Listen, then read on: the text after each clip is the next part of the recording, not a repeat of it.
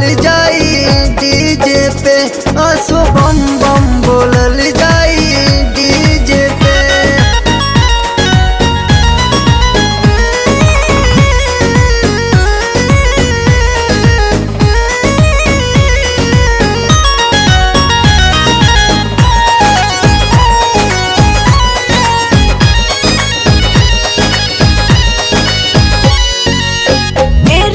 चोली नहीं हो साजा जी, बम बम बोलल जाई आई बड़ी माजा जी। हे जी चली, बाबा सब दुख दूर कर दिया। ए राजा चोली नहीं हो साजा जी, बम बम बोलल जाई आई बड़ी माजा जी।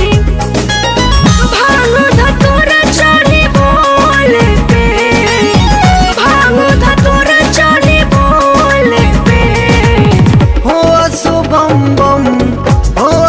बम बम बोलल जाई डीजे पे, असो बम बम बोलल जाई डीजे पे।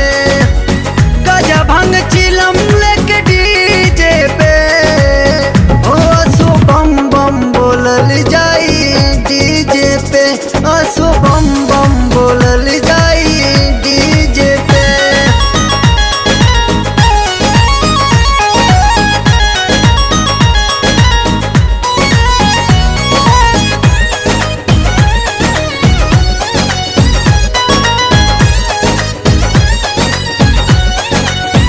सभी बाबा धाम जाएंगे तैयार हो गए, अजय प्रकाश दिल मोर बेहाल हो गए।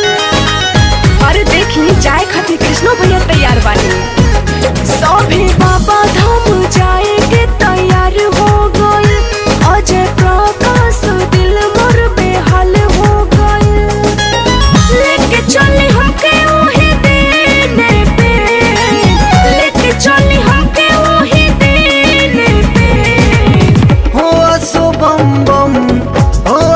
बम बम बोलल जाई डीजे पे, असो बम बम बोलल जाई डीजे पे।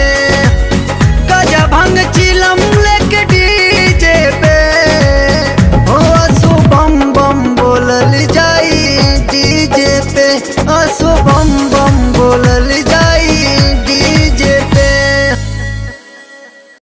सो हे गाइस, अगर आपको वीडियो अच्छी लगी तो अपने कमेंट सेक्शन में बताना कैसी लगी, और लाइक करना भूलना नहीं, और सब्सक्राइब करना चैनल को। सो ऐसी वीडियो देखने के लिए अपने चैनल बने रहे, सब्सक्राइब करना। सो बाय।